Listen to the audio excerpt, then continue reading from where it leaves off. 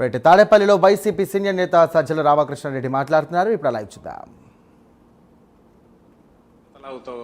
మింగడమో జరుగుతుంటది. అది కనీసం ఇప్పుడైనా ఇటురా, ఎలాగూ అది ఎక్కడికి పోదు. స్టాప్ చేస్తే ఈ 1,00,000 కోట్లు మిగులుతుంది. న్యాచురల్ కోర్సులో అది పెరుగుతుంది. ఈ వైపు స్కోపు ఆ పోర్టు జగన్మోహన్ రెడ్డి గారి పుణ్యమా అని మచిలీపట్నం పోర్టు అది షేప్ తీసుకుంది. అది కూడా ఈయన చంద్రబాబు నాయుడు గారు రాగానే మళ్ళీ అది స్లో అయింది. అది స్లో అయింది, ఇది ఊపు అందుకుంది. ఈడేంటంటే సైఫన్ పెట్టి కంటిన్యూస్ లాగచ్చు, అక్కడ కుదరదు. ఇక్కడ రూపాయికి 10 రూపాయలు పెంచి ఆల్రెడీ ఖర్చు 15 చేయడానికి అవసరమైన రకంగా అవెన్యూస్ క్రియేట్ చేసుకున్నాడు, అక్కడ లేదు. సో దాన్ని వదిలేశాడు. ప్లస్ జగన్మోహన్ రెడ్డి గారి పేరు వస్తుంది. సో పోర్ట్ ఎక్కడ ఉంది, కోస్టు అండ్ అది ఇది మొత్తం పెద్ద కారిడార్ అవుతుంది. Declare it is a capital అన్నాడు. ఈరోజు కాదు, నిన్న ఏదో ఈయన చట్టబద్ధత తెస్తున్నాడనే దేంతో ఉడిక్కిపడేవాళ్ళ జగన్మోహన్ రెడ్డి గారు. మీకు అందరికి గుర్తుండే ఉంటుంది, ఎలక్షన్ల తర్వాత అందరూ ఇదే క్వశ్చన్ వేస్తే సరే దట్ హ్యాపెన్.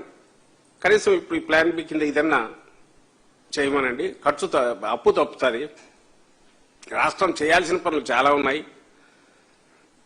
ప్రజల కోసం చేయాల్సిన చాలా ఉంది, అభివృద్ధి కోసం చేయాల్సిన చాలా ఉంది, సంక్షేమం కోసం చేయాల్సిన చాలా ఉంది. అవన్నీ ఆపేసి అన్ని ఇక్కడ పెట్టేస్తే మొత్తం కృష్ణా డ్రైన్ లో పోయినట్టు పోతుంది. డ్రైన్ లో అంటే సముద్రంలోకి. ఇది ఎక్కడికి పోతుంది, చంద్రబాబు జోగులు లేకపోతాయి. మొత్తం రాష్ట్రం భరించలేదు, ఫ్యూచర్ జనరేషన్స్ తట్టుకోలేవు అని ఆయన ప్రాక్టికల్ దీంతో చెప్తే,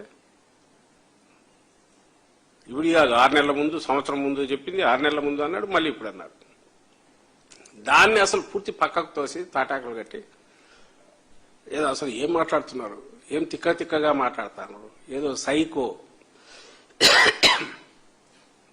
ఇంకా క్యారెక్టర్ అసాసినేషన్,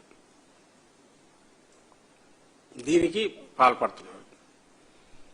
సో నేను రిక్వెస్ట్ చేసేది ఏంటంటే, ఎవరైతే ఆలోచించగలిగిన వాళ్ళు, ఇవన్నీ స్టడీ చేస్తున్న వాళ్ళు, లేదా ఇప్పుడు స్టడీ చేయాల్సిన అవసరం ఉంది, ఎందుకంటే ఫ్యూచర్ జనరేషన్స్ సంబంధించింది. ఈరోజు ఇప్పుడు తెచ్చే ఈయన 52 లక్షల ఎస్ఎఫ్టీ సెక్రటేరియట్, మళ్ళీ అదే క్వశ్చన్ వస్తుంది. నిన్న ఎందుకు ఆయన చంద్రబాబు నాయుడు గారి మాటల్లో ఇది చెప్తే బాగుండేది. ఎక్కడా లేని విధంగా 52 లక్షల ఎస్ఎఫ్టీలో నేను సెక్రటేరియట్ కడుతున్నానంటే బాగుండేది. మరి అక్కడ అపార్ట్మెంట్స్ తో సహా లివింగ్ ఇది కూడా ఇస్తున్నారేమో తెలియట్లా. ఎందుకంటే 8.58 lakh ఎస్ఎఫ్టీలో తెలంగాణ సెక్రటేరియట్ ఉంది. 600 కోట్లు, నువ్వు 6,000 కోట్లు, 6,000 చిల్లర కోట్లు. ఇది తెలిసి, ఎందుకంటే అన్ని ముక్కలు చేసి కాంట్రాక్ట్లు ఇస్తాడు. డ్రైనేజ్ పైపు ఒక్కొక్క పైపులకు ఒక కాంట్రాక్ట్ ఇస్తాడు, లేదా ఎలక్ట్రికల్ అని ఒక కాంట్రాక్ట్ ఇస్తాడు, బయట తన చుట్టూ స్ట్రీట్ లైట్లని ఒకటి ఇస్తాడు. చిల్లర అయితే ఎంత అవుతాయో తెలియదు. మరి ఎందుకు ఘనంగా చెప్పుకోలేకపోతుండవు? ప్రపంచంలో ఎక్కడా లేని రకంగా నేను 6,000 పైచీలు కోట్లతో ఎస్ఎఫ్టీ 14,000 రూపాయలతో నిర్మిస్తున్నా అని ఘనంగా చెప్పుకోవచ్చుగా. ఆ మాట చెప్పట్లా. ఎందుకంటే మూతి పగలు కొడతారు కాబట్టి, అందరూ అడుగుతారు కాబట్టి. ఏమన్నా అర్థం ఉందా, ఏం చేస్తాన్నావు అని. అవెక్కడ రేట్లు, అవెక్కడ సైజులు, ఆ సైజులతో ఆ రేట్లతో నువ్వు ఎప్పటికి పూర్తి చేస్తావు? నేను ఊరికి చూసాం, ఏదో దీంట్లో నేను నెట్లో కొడితే